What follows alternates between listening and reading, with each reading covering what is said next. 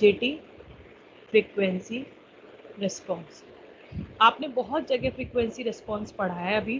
क्या होता है बच्चों फ्रीक्वेंसी रिस्पॉन्स?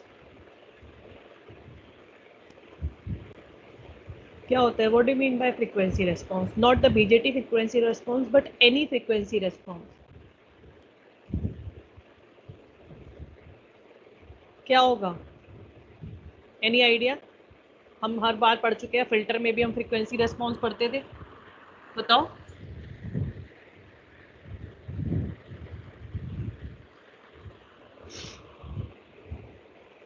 बताइए। बेसिकली फ्रीक्वेंसी रिस्पॉन्स जो होता है उसमें क्या करते हैं हम, एक फ्रीक्वेंसी रिलेटेड एनालिसिस करते हैं। It is a graph. किस किस के बीच में ग्राफ होता है? बिटवीन, बोलो, आवाज आ रही है मेरी? gain in dB and frequency. Basically the frequency response is the graph between the gain and the frequency. अगर हमें किसी भी डिवाइस का, कोई सर्किट का, किसी एलिमेंट का कोई रेस्पॉन्स देखना है with respect to the AC analysis, मतलब हमें किसी की एसी एनालिसिस करनी है, हमें ये देखना है कि अगर मैं इसकी फ्रीक्वेंसी को चेंज कर दूं तो इसके बिहेवियर पर क्या इफेक्ट आएगा।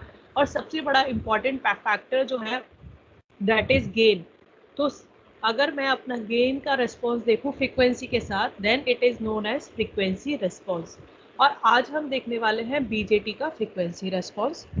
बीजेटी का फ्रीक्वेंसी रिस्पॉन्स जो होता है, it is similar to your, it is similar to the band pass filter.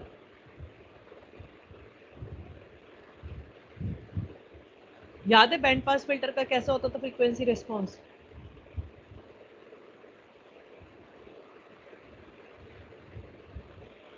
बताओ, वर्टिकल एक्सिस पे हम क्या लेते थे?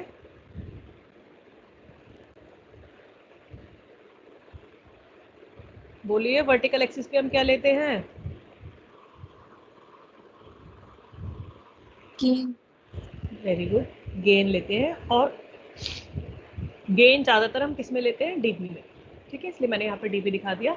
और हॉरिजॉन्टल एक्सिस पे हम क्या लेते हैं? फ्रीक्वेंसी। अगर आपको याद होगा, गेन वर्सेस फ्रीक्वेंसी प्लॉट जो होता है, हम एक स्पेशल टाइप के ग्राफ पे हम प्लॉट करते हैं जिसका नाम होता है बॉडी प्लॉट। हमने जहाँ पर गेन मार्जिन और फेज मार्जिन पढ़े थे, वहाँ पर भी हमने इस चीज़ का डिस्कस किया था, बॉडी प्लॉट। एक्चुअली फ्रीक्वेंसी की जो रेंज होती है वो बहुत ज़्यादा बड़ी होती है, जिसके लिए हमें क्या करना पड़ता है कि फ्रीक्वेंसी को लॉग एक्सिस में प्लॉट करना पड़ता है।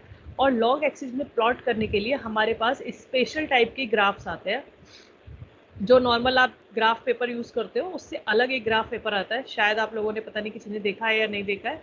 उसमें लॉगरिथमिक एक्सिस होती है, ठीक है, फ्रीक्वेंसी की।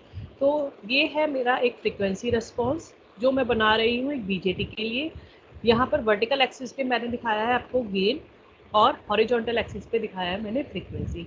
यूजुअली जब आप प्रैक्टिकली इसको प्लॉट करेंगे तो यहाँ पर जो फ्रीक्वेंसी होगी, सिंपल करने के लिए आपको उसको लॉगरिथम इस स्केल में प्लॉट करना पड़ेगा।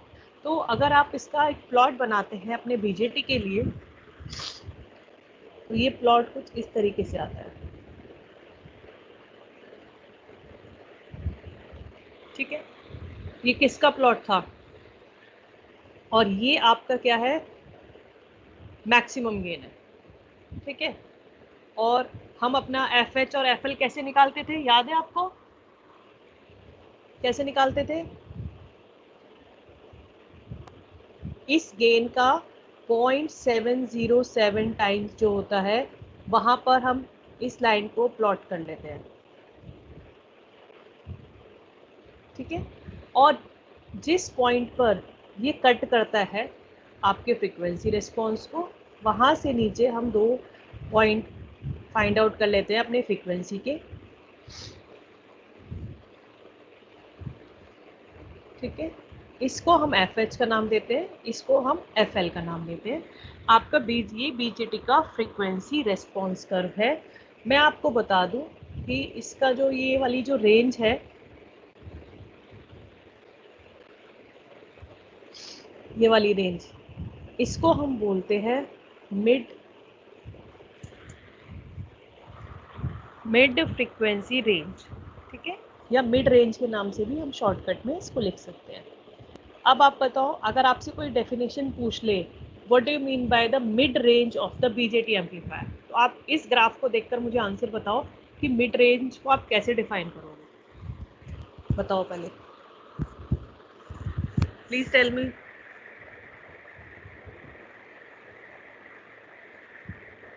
बोलो। FH minus FL। हाँ, वो तो आप डिफाइन करोगे, लेकिन अगर आपको गेन की टर्म्स में पूछा जाए तो आप क्या बताओगे बच्चे? The area lying between this two FL and FH is the mid range. No, area, not area, it is a range. Ma'am, maximum gain between FL and FH. Very good. Or we can say it is a range of frequency over which the gain is maximum for my BJT amplifier. आप देख सकते हैं, अगर मैं देखूं, ये मतलब ये तो मैंने थोड़ा सा दूर दिखा दिया है, लेकिन अगर ये देखते हैं तो बिल्कुल ये इस वाले पॉइंट पर आपको मिलता, ठीक है, बहुत छोटा सा ही डिफरेंस होता। तो आप इसको ऐसे डिफाइन कर सकते हैं, the range of frequency over which my gain my BJT has the maximum gain और the constant gain. There is no effect of any other component, कोई अदर कंपोनेंट को कोई इफेक्ट नहीं आ रहा है यहाँ पर मेरे पास सिर्फ और सिर्फ मेरा जो गेन है वो कांस्टेंट है और वो मैक्सिमम है, ठीक है। तो इस रेंज को हम मिड रेंज बोलते हैं, मिड रेंज।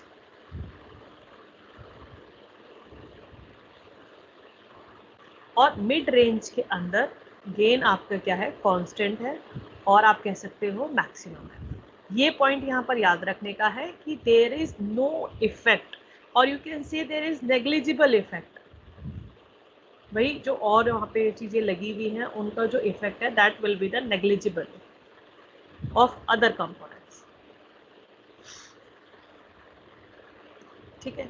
अच्छा, चलो अब हम बात करते हैं कि भाई लोअर फ्रिक्वेंसीज के बारे में।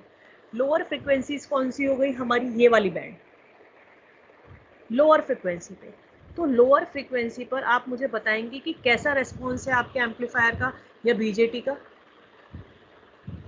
बताओ। कांस्टेंट है क्या गेन, बताइए, गेन कांस्टेंट है क्या लोअर फ्रिक्वेंसी पे? कैसा है गेन? Increasing.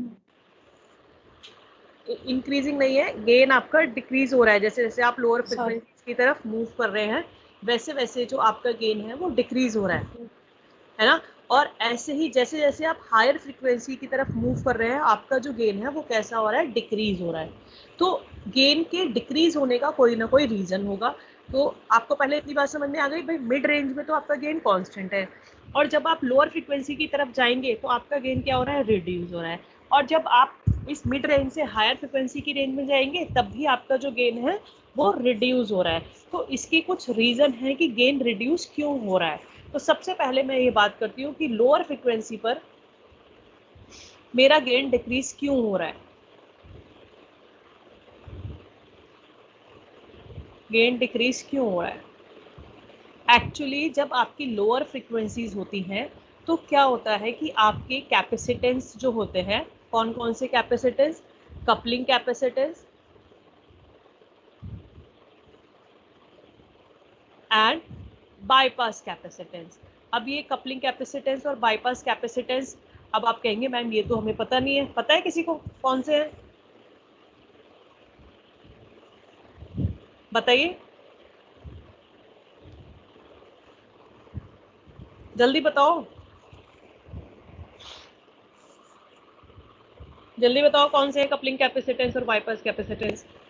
अगर आइडिया है तो बताओ, अगर नहीं है तो मत बताओ, मुझे बता दो कि मैम मुझे नहीं पता, हमें नहीं पता, जल्दी बोलो। मैम बता दीजिए। बता दो। देखो हमने इतनी देर से हम यहाँ पर जो सर्किट्स पढ़ रहे हैं, ऊपर जितने भी सर्किट पढ़े हैं, जो मैं ये CII बना रही हूँ ना, ये वाला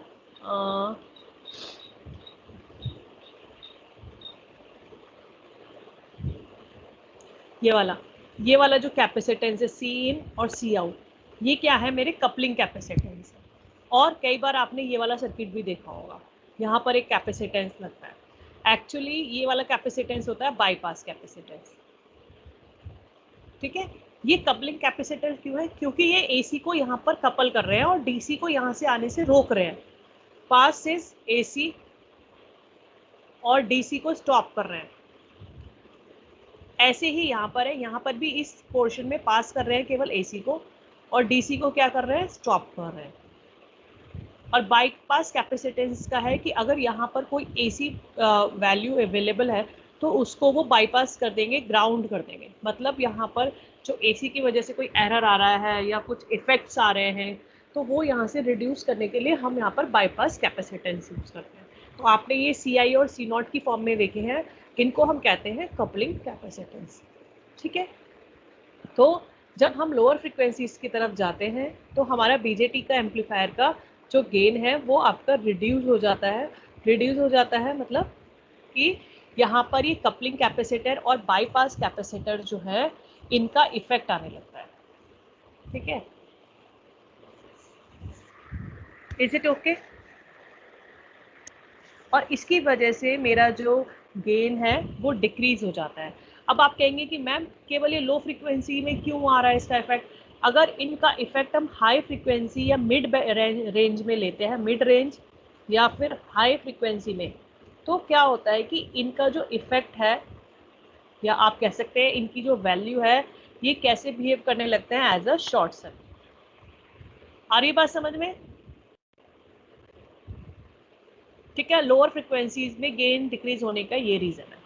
अब हम बात करते हैं हायर फ्रिक्वेंसी पे, भाई क्यों गेन डिक्रीज हो रहा है। जब हम हाई फ्रिक्वेंसी की तरफ जा रहे हैं तो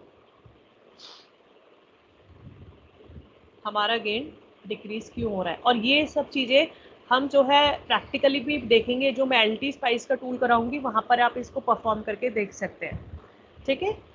अब हमारा जो हायर फ्रिक्वेंसी पर जाते हैं तो हमारे अलग तरह के कैपेसिटेंसेस काम आने लगते हैं, मतलब उनका इफेक्ट आने लगता है। उन कैपेसिटेंसेस का क्या नाम है? उन कैपेसिटेंसेस का नाम है internal capacitances of the device. Device का मतलब मेरे जो यहाँ पर मैं बीजेटी यूज़ कर रही हूँ या मेरे फैट यूज़ हो रहे हैं, ठीक है। तो वहाँ पर क्या होता है, डिवाइस के अंदर जो है ये इनका कैपेसिटेंस होता है। एक्चुअली आप कुछ भी डिवाइस बनाते हैं ना, तो इनके बीच के टर्मिनल्स के बीच में कुछ ना कैपेसिटेंस, कैपेसिटिव नेचर का एक कैपेसिटेंस जनरेट हो जाता है। और वो ऐसा नहीं है कि वो हर बार इफेक्ट डालता है, लेकिन कुछ पर्टिकुलर पोजीशंस पर और कुछ पर्टिकुलर पॉइंट्स पर उसका इफेक्ट बहुत ही ज़्यादा प्रोमिनेंट होता है। इससे जैसे कि हमारा ये हाई फ्रिक्वेंसी अगर हम बात करें, तो हाई फ्रिक्वेंसी के केसेस में ये जो internal capacitances of the device है, they become very active and the effect of these capacitance और the admittance is very high. और इतना ज़्यादा हाई होता है कि इसकी वजह से मेरा गेन रिड्यूस हो जाता है। लेकिन अगर आप कहें कि भाई मैम ये हाई फ्रिक्वेंसी में ही क्यों काम कर रहा है, अगर मेरा लो फ्रिक्वेंसी है या मिड रेंज है, तो फिर ये इसका इफेक्ट क्यों नहीं आ रहा है? तो इसका इफेक्ट इसलिए नहीं आता है क्योंकि during the low and the mid frequency ये जो कैपेसिटेंस है ये कैसे काम करते हैं, ओपन सर्किट। यहाँ पर याद रखेंगे ये जो कैपेसिटेंस है ये कैसे हो जाते हैं, शॉर्ट सर्किट। और हायर फ्रिक्वेंसी पर कैपेसिटेंस आपके ओपन सर्किट हो जाते हैं। Is it okay? तो आप अगर चाहें तो यहाँ पर दिखा सकते हैं इस ग्राफ में, क्योंकि यही ग्राफ आपका 5 से 10 नंबर में आ सकता है एक्सप्लेन करने के लिए। आप इसको अच्छे से एक्सप्लेन करें। यहाँ पर ये वाला जो रेंज है, यहाँ पर हम इसको ऐसे दिखा देते हैं, इसको ऐसे दिखा देते हैं, इसको ऐसे दिखा देते हैं, और यहाँ पर बता देते हैं कि इंटरनल कैपेसिटेंसेस का इफेक्ट है हायर फ्रिक्वेंसीज पर। इस रेंज के अंदर हम लिख सकते हैं कि all capacitance effect is negligible और नेग्लेक्टेड, ठीक है। और ये वाली जो रेंज है हम यहाँ पर दिखा सकते हैं कि हमारे जो कपलिंग कैपेसिटेंस और बाईपास कैपेसिटेंस, इनका इफेक्ट हो जाता है। तो अगर आपसे क्वेश्चन आता है तो आप इसे आराम से कर लेंगे। चलिए अब मुझे इसको देखकर बताइए कि इसकी बैंडविड्थ कितनी है।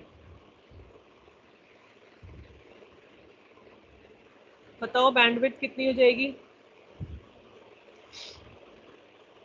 बैंडविड्थ जल्दी बोलो, क्या हो जाएगी bandwidth? FH minus FL। FH minus FL, very good. और अगर मैं ये कहूँ कि मेरा जो FH है it is very much greater than FL, तो बैंडविड्थ क्या हो जाएगी? मैम FH हो जाएगी। Very good.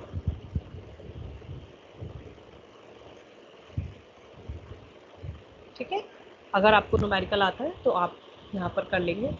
अगर कई बार एक क्वेश्चन भी आता है जैसे कि हमारा एफिशिएंसी निकालते हैं हम एम्पलीफायर की, इसी तरीके से एम्पलीफायर में एक टर्म यूज होती है गेन बैंडविड्थ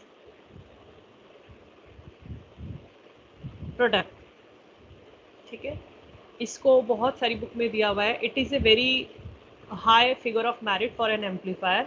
जीबीपी से भी से रिप्रेजेंट करते हैं और इसको जीबी से भी रिप्रेजेंट कर देते हैं। अलग अलग बुक में अलग अलग नोटेशन है। एक्चुअली आपको समझ में ही आ रहा है किस किस का ये प्रोडक्ट है, मल्टीप्लिकेशन है। एक तो आपका गेन का हम मैग्नीट्यूड ले लेंगे और आपकी बैंडविड्थ। ठीक है, गेन और बैंडविड्थ का प्रोडक्ट को हम कहते हैं गेन बैंडविड्थ प्रोडक्ट। हम ये चाहते हैं कि गेन बैंडविड्थ प्रोडक्ट जो होना चाहिए वो कांस्टेंट होना चाहिए throughout the operation of और throughout the range of frequency. ठीक है, यहाँ पर यही बताया गया है कि सपोज आपके पास कैपेसिटेंसेस है, लार्ज कैपेसिटेंसेस, और कुछ है आपके पास स्मॉल कैपेसिटेंसेस।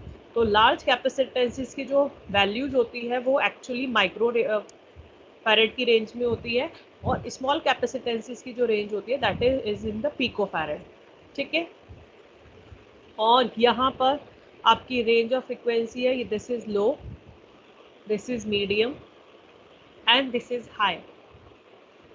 ठीक है, अब अगर आप मुझे बताओ कि लार्ज कैपेसिटेंस है तो लो फ्रीक्वेंसी भी कैसा काम करेगा। अगर आपको याद हो XC is equal to 1/2 pi omega C होता है, सॉरी 2 पाई FC,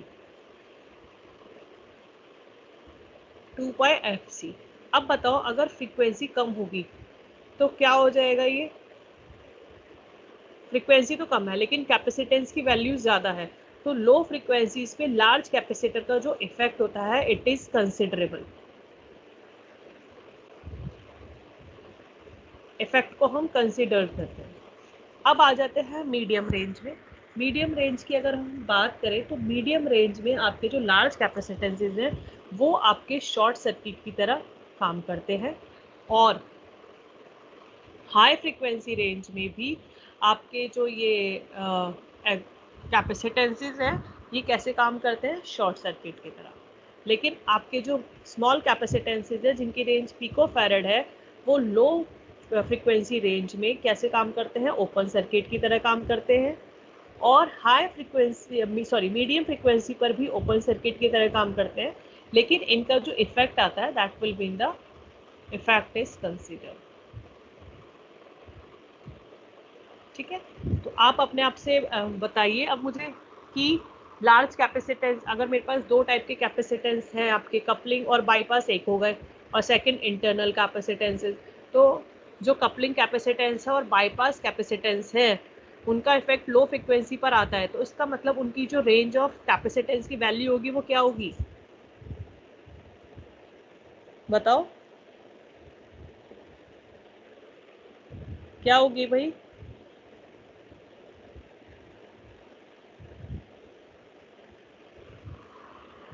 क्वेश्चन समझ में आया आपको मेरा?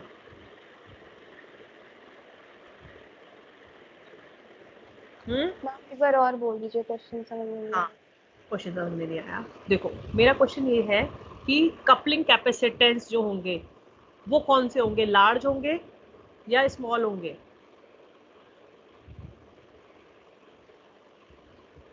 इस ग्राफ को देखो, कपलिंग कैपेसिटेंस लार्ज होंगे या स्मॉल होंगे?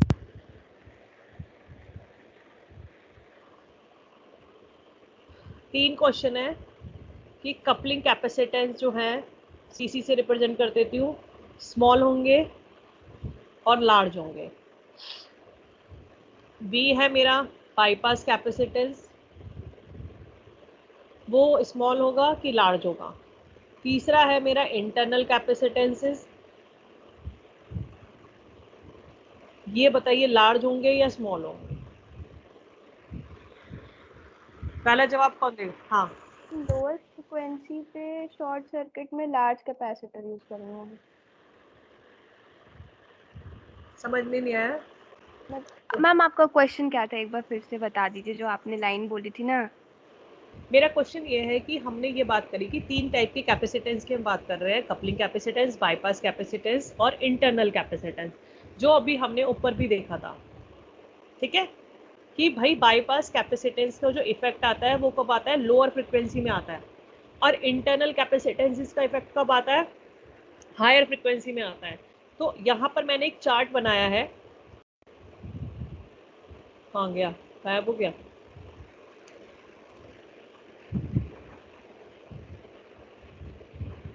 यहाँ पर मेरा क्वेश्चन ये था कि इंटरनल कपलिंग कैपेसिटेंस जो है वो स्मॉल होगा कि लार्ज होगा? उसकी जो रेंज होगी वो क्या होगी? माइक्रो में होगी या पिको में होगी? माइक्रो में होगी। माइक्रो में होगी। कौन बोला? क्या नाम है? रिया। रिया। ऐसा आपने क्यों बोला रिया? ऐसा क्या लगा आपको? कि मैम आपने बताया कि वो लो में ज्यादा इफेक्टिव होता है। मैम लो में कंसिडरेशन तभी आती है जब लार्ज कैपेसिटर होता है। वेरी गुड, वेरी गुड, बिल्कुल सही बात कही है रिया ने। रिया को ये कॉन्सेप्ट बिल्कुल समझ में आ चुका है। इसका मतलब कि भाई अगर मैम ये कह रही है कि लो का इफेक्ट केवल लार्ज कैपेसिटेंस का इफेक्ट केवल लोअर फ्रिक्वेंसी में आ सकता है, तो आप यहाँ पर देख सकते हैं, मैं बार बार ये शायद अच्छे से सिंक नहीं हो पा रहा, कि लोअर फ्रिक्वेंसी की रेंज में मेरा कपलिंग कैपेसिटेंस और बाईपास का इफेक्ट आता है, और हायर फ्रिक्वेंसी पर मेरा जो कैपेसिटेंस मैं यूज़ करूँगी उसकी वैल्यू पिकोफैरेड में होनी चाहिए। तो कल को आपको अगर कोई न्यूमेरिकल डिज़ाइन करना है तो आपको समझ में आ जाएगा कि कपलिंग कैपेसिटेंस और बाईपास कैपेसिटेंस की वैल्यू मुझे ज़्यादा लेनी पड़ेगी, और इंटरनल कैपेसिटेंसेस की जो वैल्यू होती है बहुत ही कम होती है। ठीक है, चलिए, यह आपको इसका बेसिक है, यह आपको समझ में आ गया है। अब मैं आपको इसका एक frequency, low frequency response of BJT, इसके लिए मैंने एक वोल्टेज डिवाइडर वाला सर्किट यूज़ कर रही हूँ मैं।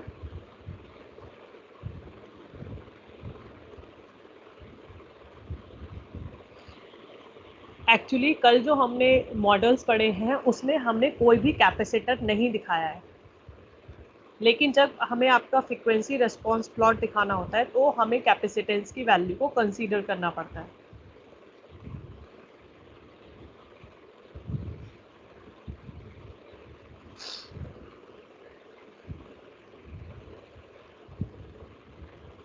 ये कौन सी बाइसिंग है? ये वोल्टेज डिवाइडर बाइसिंग है।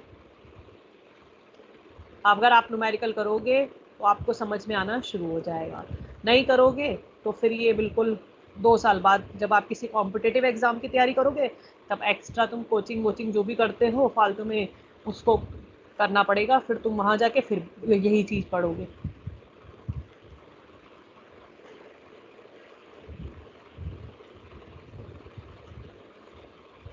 यहाँ पर मैंने एक सोर्स लगा रखा है VS, दिस इज RS, ये मेरा coupling capacitance, input coupling capacitance है सीन, ये मेरा आउटपुट कपलिंग कैपेसिटेंस है।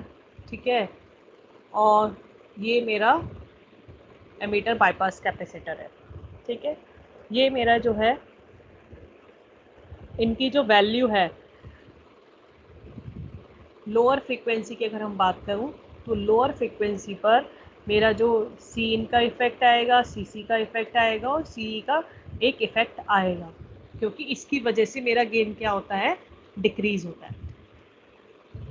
अब ये मैं देखूंगी कि इनकी वजह से मेरा जो इफेक्ट है वो कैसे डिक्रीज हो रहा है। तो सबसे पहले हम क्या करेंगे, एक एक कैपेसिटर को कंसीडर करेंगे और उसका इफेक्ट हम देखेंगे। ठीक है, सबसे पहले हम जो है सी इन कैपेसिटेंस के बारे में बात करते हैं। सी इन कैपेसिटेंस जो है आपको दिख रहा है, it is connected between the your applied source और जो है एक्टिव डिवाइस जो आपका बीजेटी है। बीजेटी और जो एक्टिव डिवाइस के बीच में आपका कनेक्टेड है, इसको हम इनपुट कपलिंग कैपेसिटेंस कहते हैं। अगर मैं यहाँ पर इससे रिलेटेड इसका एक मॉडल बनाती हूँ तो आपको कैसा नज़र आएगा वो मॉडल। देखिए यहाँ पर ये आर एस तो ऐसे ही है, ये सी इन ऐसे ही रहेगा, सॉरी सी इन है ना, और यहाँ पर क्या होगा, ये आपका वी एस रहेगा। और जो है ये आपको अगर याद हो, आपको कपलिंग समझ में आती हो, सॉरी कपलिंग नहीं, बाइसिंग अगर आपको समझ में आती हो, तो वोल्टेज डिवाइडर बाइसिंग में हम क्या करते थे, R1 और R2 को पैरेलल RTH निकाल लेते थे, अगर कुछ याद हो तो, ठीक है। और यहाँ पर एक रेजिस्टेंस आ जाएगा, इक्विवेलेंट रेजिस्टेंस, जिसको हम RTH कहते थे, अगर याद हो तो। RTH थेवेनिन इक्विवेलेंट से निकाल लेते थे, R1 पैरेलल टू R2, ठीक है। यहाँ पे मैंने RTH रख दिया। और अगर हमने जो कल मॉडल पढ़ा था उसमें क्या था हमारा, HIE जो है आपका यहाँ पर आपका जो मॉडल पैरामीटर हमने HIE यूज़ किया। This is the internal side का हमने बनाया है। अगर आपको अब क्या करना है,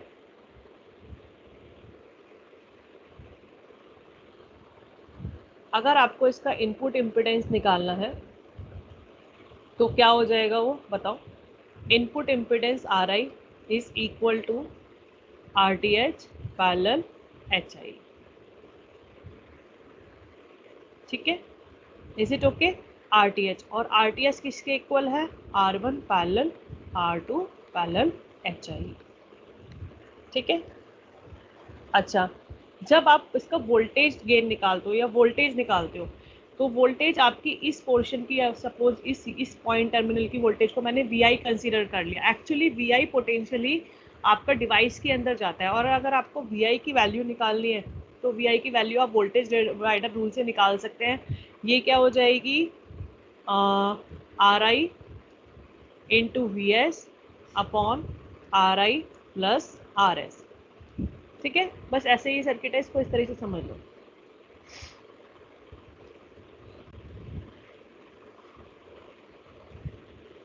ये VS हो गया, और इस टर्मिनल के अक्रॉस हम पोटेंशियल निकाल रहे हैं, कितना, VI। तो ये आपका VI की वैल्यू आ जाती है। लेकिन ये कौन सी वैल्यू है, जिसमें आपने कैपेसिटेंस का इफेक्ट को कंसीडर नहीं किया है, इज नॉट कंसीडर, ठीक है। और लोअर फ्रिक्वेंसी पर हमें पता है कि अगर हम लोअर फ्रिक्वेंसी की बात कर रहे हैं तो भाई हमारा जो कैपेसिटेंस का इफेक्ट है वो कंसीडर करना पड़ेगा हमें। अगर आप कैपेसिटेंस का इफेक्ट कंसीडर करेंगे इस सर्किट में, इस डायग्राम में, तो क्या होगा, एक्चुअली कैपेसिटेंस अपना कुछ इम्पिडेंस शो करेगा, और इम्पिडेंस शो करने की वजह से आपकी जो VI की वैल्यू है वो क्या हो जाएगी, RI into VS upon RI plus RS, तो एज इट इज रहेगा। लेकिन कैपेसिटेंस का जो एक रिएक्टेंस है वो आपका जो है यहाँ पर कंसीडर करना पड़ेगा। अभी तक आप क्या कर रहे थे, अभी तक आप ये कर रहे थे जब आप कैपेसिटर का इफेक्ट कंसीडर नहीं कर रहे थे, लेकिन अब आपको कैपेसिटर का इफेक्ट भी यहाँ पर कंसीडर करना पड़ेगा। तो आपका जो वोल्टेज गेन है वो आपका रिड्यूस हो जाएगा।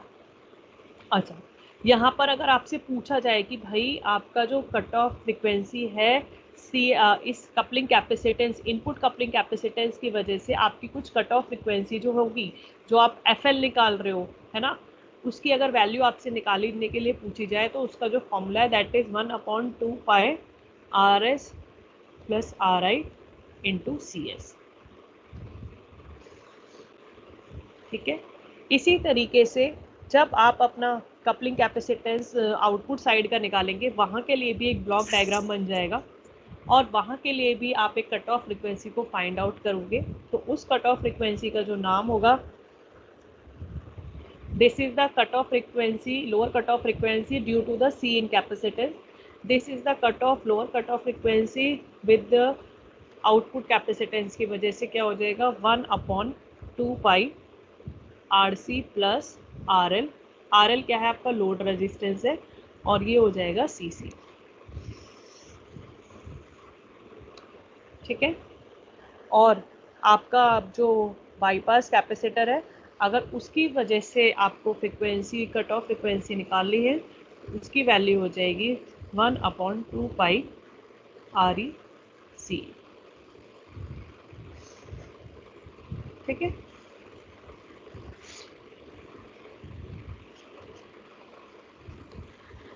तो ये आपका जो है फ्रीक्वेंसी रेस्पॉन्स है for low frequency response BJT के लिए।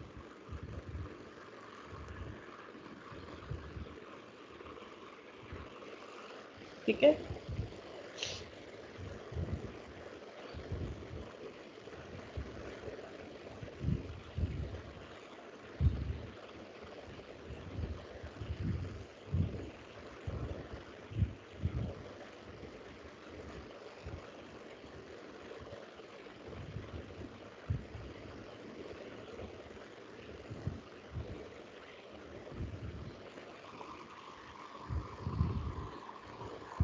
किसी को कोई डाउट है?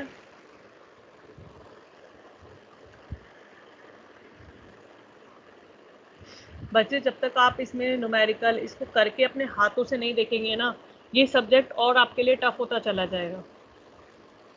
इसको प्लीज़ प्रैक्टिस कीजिए। ये ऐसा नहीं है कि एक दिन पढ़ने से काम हो जाएगा।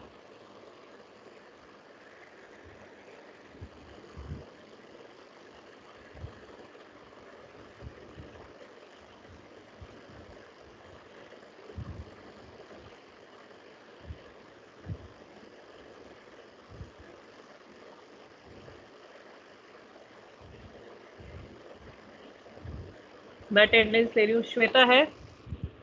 Shweta? Present ma'am. Rahul? Present ma'am. Okay, Rahul? Present ma'am. Rishabh Kumar?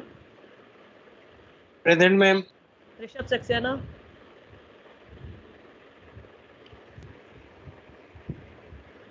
Rishabh Saxena?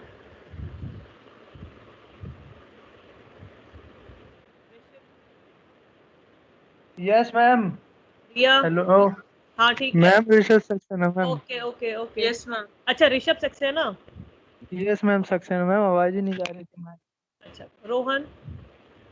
रिया प्रेजेंट। ओके, रोहन। रोहित? जिनका हो गया they can leave. Rohit Chaudhary? Rohit Chaudhary present ma'am. Rohit Singh? Ma'am उसका पास मैसेज आया, माइक काम नहीं कर रहा है। अच्छा, सागर?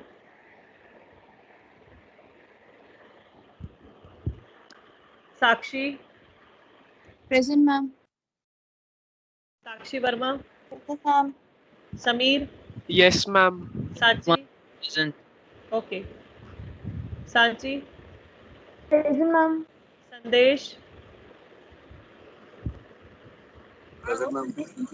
सत्यम Mishra and Satyam Singh? Satyam Singh ma'am present, Satyam Mishra present ma'am. Okay, Saumya and Saurabh? Saurabh Sur present ma'am. Saumya? Shailesh and शानिग्ध?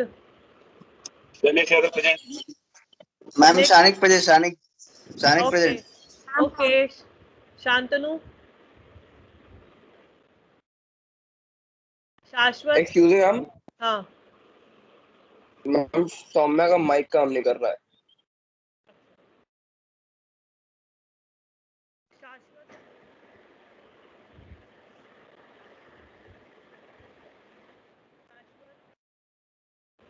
Shikhar? Shikhar Chaudhary present ma'am. Okay, Shivam Gupta? Yes, ma'am. Shivam Verma? Shivam okay Gupta present ma'am. Shivam Verma present ma'am. Okay. Shivani Singh? Shivanki? Present ma'am Shivangi Singh. Okay. Shrey and Shruti? Present ma'am. present ma'am. बोलो ma'am. Shruti. Present ma'am. Shrey present ma'am. Okay. Shubham and सिद्धांत?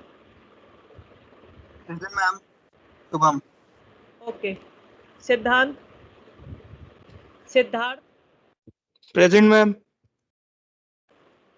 स्पर्श and Shubhransh? Present ma'am. कौन present ma'am Supransh. Sparsh दोनों। सूरज? सूरज? सूरज present ma'am. Tanishk? Present ma'am. Tanya? दोनों Tanya. Present, ma'am. Present, ma'am. Okay, Tej and Tushar.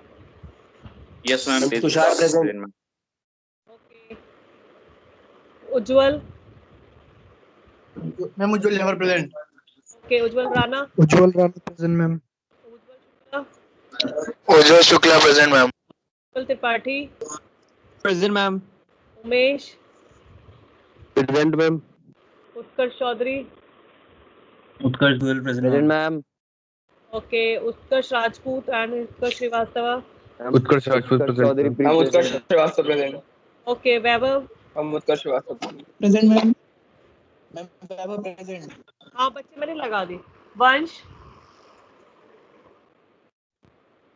Vartika. Present, ma'am. Vritti. Present, ma'am. Yash. Yash Sharma present ma'am. Yash Sharma present. Yash. Yash Suri present. Yadav Dwivedi. Yes Dwivedi present ma'am. Yadav.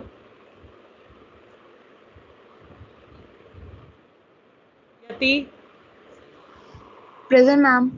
Okay, now you can leave.